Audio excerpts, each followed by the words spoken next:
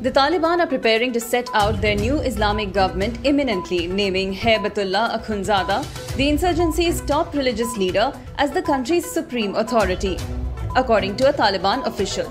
The announcement, which will also lay out key appointments to the communications and interior ministries, may come as soon as Thursday, according to the official, who requested anonymity because talks were continuing.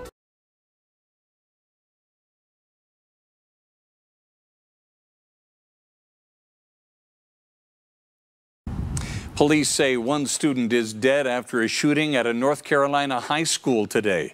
Dozens of law enforcement officers swarmed the school in Winston-Salem. Several nearby schools were put on lockdown out of an abundance of caution. Police say a student was found with a gunshot wound and was taken to the hospital, where they passed away. Law enforcement officials are working to confirm the identity of the suspect, who is believed to also be a student of Mount Tabor High School. This investigation is in its preliminary stages, and additional information will be released at a later time.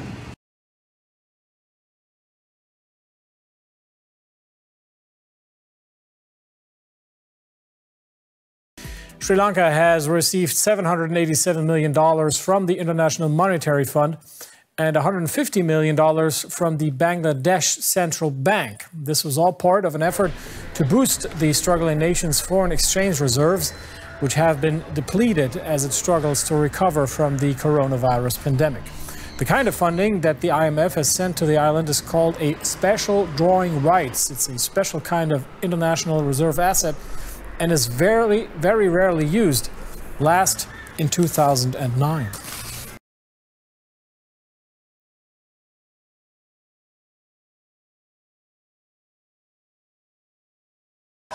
On Wednesday, the so-called fetal heartbeat bill of Texas became law, making it one of the strictest abortion measures in the U.S. This is now the only state banning abortions after a heartbeat has been detected at around 6 weeks, before many women even realize they're pregnant.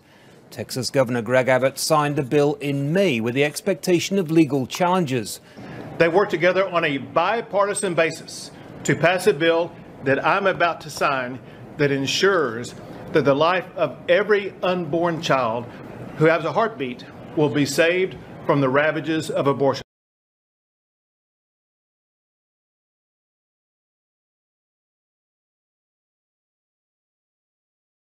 The Jararacusu pit viper is one of the deadliest snakes in South America.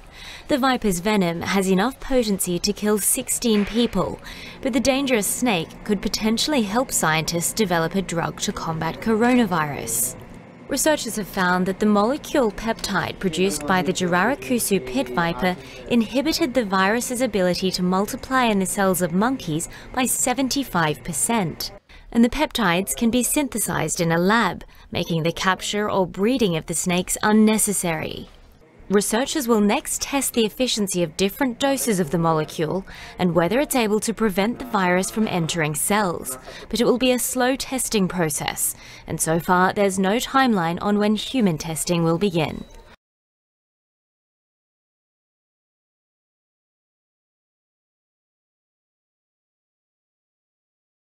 10 people have been killed and at least 12 injured in a horror crash near Ixopo in southern Kwazulu-Natal.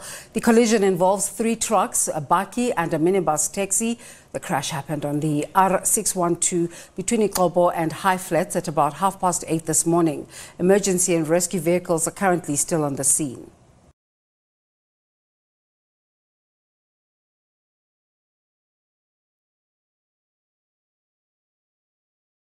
'Gunmen abducted 73 students in yet another school attack in northwestern Nigeria on Wednesday, prompting authorities to close all primary and secondary schools across Zamfara state. The new kidnappings came just days after 3 other groups of hostages were freed, when large ransom payments were reportedly made, raising hopes that other captives might soon be freed too. Attackers descended upon the Government Day Secondary School in the remote village of Kaya around noon Wednesday.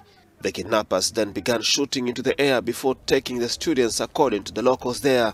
Zamfara State Police spokesman Mohammed Shehu said an operation was underway to rescue the students.